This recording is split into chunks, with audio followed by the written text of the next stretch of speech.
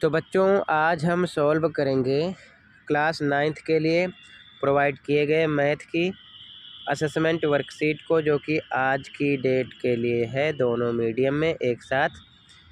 Chapter 6 से है, ये मोस्ट इम्पॉर्टेंट है आपके एनुअल एग्ज़ाम के लिए, तो ध्यान से समझना ताकि समझ में आ जाए। और सबसे इम्पोर्टेंट कि अभी तक जितनी वर्कशीट और असेसमेंट डीओ की तरफ से प्रोवाइड की गई है सबका सॉल्यूशन मिल जाएगा। कमेंट में लिंक मिलेगी, देख लो। साथ में मिड टर्म पेपर और लास्ट ईयर का annual paper, mid term paper, practice paper देखकर प्रैक्टिस कर सकते हो। कमेंट को चेक कर लो, अलग अलग प्लेलिस्ट मिल जाएगी। क्वेश्चन पे आ जाओ। Question number 1 and 2 are multiple choice questions. प्रश्न संख्या 1 एवं 2 बहुविकल्पीय प्रश्न है। क्वेश्चन 1 देखो, if two lines intersect each other than the pair of vertically opposite angles is. यदि दो रेखाएं प्रतिच्छेद करती हैं तो शीर्षाभिमुख कोणों का योग होता है इस प्रकार। ठीक है, दो रेखाएं प्रतिच्छेद करेंगी तो ये एंगल इसके इक्वल होगा, ये वाला इसके। तो यहाँ पर आपका ए ऑप्शन राइट होगा, समान यानी कि equal. Second question, the sum of all 3 angles of a triangle is. एक त्रिभुज के तीनों कोणों का योग होता है 180। ठीक है, डी ऑप्शन। अगला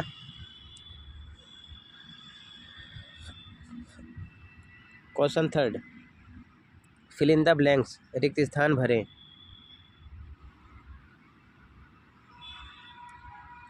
ए the sum of angles on a straight line is. एक सीधी रेखा पर बने कोणों का योग होता है, तो सीधी रेखा पर कोई सा भी एंगल बनेगा 180 का होता है। ठीक है, अगला, if two lines are perpendicular to each other the angles formed are. यदि दो रेखाएं एक दूसरे पर लंबवत हों तो बनने वाले कोण डैश होते हैं। अगर इस प्रकार से लंबवत होंगी तो 90 डिग्री बनेगा दोनों तरफ। ठीक है, क्लियर है।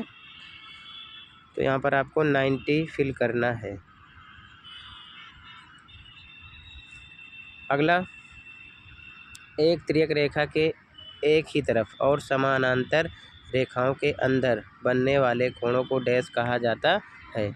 The angles formed on the same side of a transversal and inside the parallel lines are called. ध्यान से देखो, इस प्रकार से मान लो पैरेलल है यानी समांतर है और ये तिर्यक रेखा है, तो एक तरफ ये जो एंगल बनेगा इसे क्या बोलेंगे, तो इसे बोलते हैं इंटीरियर एंगल। ठीक है, तो इसमें आप लिखोगे इंग्लिश में इंटीरियर एंगल। ठीक है, इंटीरियर एंगल्स, और हिंदी में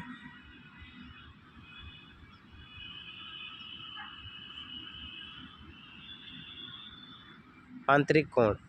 ठीक है, और इन दोनों का प्लस 180 होता है, ये चीज़ ध्यान में रखना। सप्लीमेंट्री एंगल भी कहलाते हैं। अगला, यदि दो कोण पूरक हैं तो उनका योग डैश होता है। If two angles are complementary their sum is 90 होता है। ठीक है, क्लियर है। सप्लीमेंट्री 180 होगा, कॉम्प्लीमेंट्री 90 डिग्री का होगा। आगे आ जाओ। Question 4, if a pair of vertically opposite angles is 3x - 10 and 2x + 30, find the value of x and each angles. यदि शीर्षाभिमुख कोणों का एक युग्म 3x - 10 और 2x + 30 है तो x और प्रत्येक कोण का मान ज्ञात कीजिए। सॉल्यूशन देखो। आंसर 4, ध्यान से देखो, इस प्रकार ये एंगल है, शीर्षाभिमुख बन रहा है तो ये इसके इक्वल होगा। ध्यान लिखा गया है, x को x की साइड लाओ, नंबर को नंबर की तरफ भेजो, निशान बदल जाएगा। ये -2x, ये +10 हो जाएगा, दिया जाएगा x माइनस करने पर 3x में से 2x माइनस होगा 1x, 1 लिखा नहीं जाता, ये आ जाएगा 40। ठीक है, बट ये आंसर नहीं है, ध्यान रखना। फिर कह रहा है x का मान निकालना है, ये तो x का मान हो गया, फिर दोनों एंगल भी निकालने हैं। तो पहले हम निकाल लेंगे, पहला है आपका 3x - 10। ठीक है, तो 3 पे 3 x की वैल्यू रख दो, कितना 40 - 10, ये आ जाएगा 120 - 10 110 आ गया। ठीक है, अब इसका भी निकाल लो मान, इधर देख लो, ये है 2x प्लस 30 है, 2 पे 2, x की वैल्यू कितना रखोगे 40 प्लस 30, तो ये कितना हो जाएगा 110, दोनों इक्वल निकलेंगे। ठीक है, इसका मल्टीप्लाई करोगे 80 आएगा, 30 प्लस करो 110 आएगा। ठीक है, तो आगे आपको ये भी लिखना है, ध्यान रखना। ठीक है, ये लिखने के बाद में ये भी लिख देना। क्लियर है, आंसर 4 हो जाएगा। अगला क्वेश्चन देखो, question 5, in the given figure A B and C D are parallel lines intersected by a transversal PQ at L and M respectively.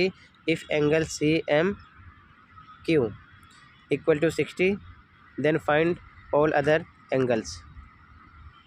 दिए गए चित्र में ए बी और सी डी समांतर रेखाएं हैं जो एक तिर्यक रेखा पी क्यू द्वारा क्रमशः एल और एम पर प्रतिच्छेद करती हैं। यदि एंगल सी एम क्यू बराबर 60 है तो अन्य सभी कोण ज्ञात कीजिए। ये डायग्राम है, यहाँ पर हमको ध्यान रखना है, ये भी निकालना है, ये भी सारे एंगल निकालने हैं। ठीक है, एक पता है, बाकी 3 इधर 4 इधर, एंगल निकालने हैं। सॉल्यूशन देखो, आंसर 5 यहाँ पर डायग्राम बना दिया गया है। ये ML मान लो। ठीक है, ये 1 2 3 4 5 मान लिया। अब ध्यान से देखो, सबसे पहले इस लाइन पर फोकस करो। 60 प्लस एंगल M इसको मान लेते हैं 180 के होगा, लीनियर पेयर, इंग्लिश में, हिंदी में लिखो रैखिक युग्म। ठीक है, तो M 60 इधर माइनस हो जाएगा, 120 मिल गया, M का पता चल गया। फिर से देखो, M इक्वल होगा L के, क्यों, Z जैसी आकृति है। ठीक है, तो M इक्वल L 120, रीजन लिखो एकांतर कोण है, अल्टरनेट एंगल, ये भी 120 आ जाएगा। ठीक है, 1 2 3 एंगल का पता चल गया। फिर से देखो ध्यान से आगे, एंगल 1 इक्वल 60 होगा, ये इसके इक्वल होगा, क्यों होगा, ध्यान से देखो, ये शीर्षाभिमुख कोण है, तो यहाँ पर वर्टिकली अपोजिट एंगल, हिंदी में शीर्षाभिमुख कोण, एंगल 1 का भी पता चल गया। फिर से एंगल M देखो, ये एंगल 2 के इक्वल होगा, ये भी शीर्षाभिमुख कोण है, तो लिख देंगे एंगल 2 भी आ गया, वर्टिकली अपोजिट एंगल, शीर्षाभिमुख कोण।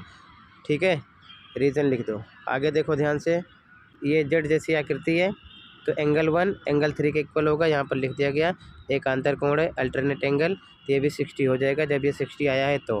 फिर से देखो ध्यान से, एंगल 3 इक्वल 5 होगा, क्यों, यहाँ पर देखो ध्यान से, शीर्षाभिमुख कोण है। ठीक है, तो ये भी 60 आ जाएगा, 3 आ चुका है। क्लियर है, 3 ऊपर आप निकाल चुके हो। अगला देखो 7, एंगल L इक्वल होगा एंगल 4 के। ठीक है, यहाँ पर देखो एंगल L ये इक्वल होगा 4 के, क्यों, शीर्षाभिमुख कोण है, वर्टिकली अपोजिट एंगल, तो यहाँ पर लिख दो, ये भी 120 आ जाएगा। और यहाँ पर शीर्षाभिमुख कोण, हिंदी में इंग्लिश में V बनाओ, वर्टिकली अपोजिट एंगल। ठीक है ना, VOA। क्लियर है, तो सारे एंगल आ जाएंगे, 8 एंगल निकालने थे, एक यहाँ पर हमको पता था, तो ये आंसर आपका 5 हो जाएगा। क्लियर है, इसी के साथ ये वर्कशीट कंप्लीट है। कहीं पर कोई डाउट है कमेंट कर सकते हो, इसे आप V बना लेना। ठीक है, मिलते हैं अगली वीडियो में। Thank you for watching.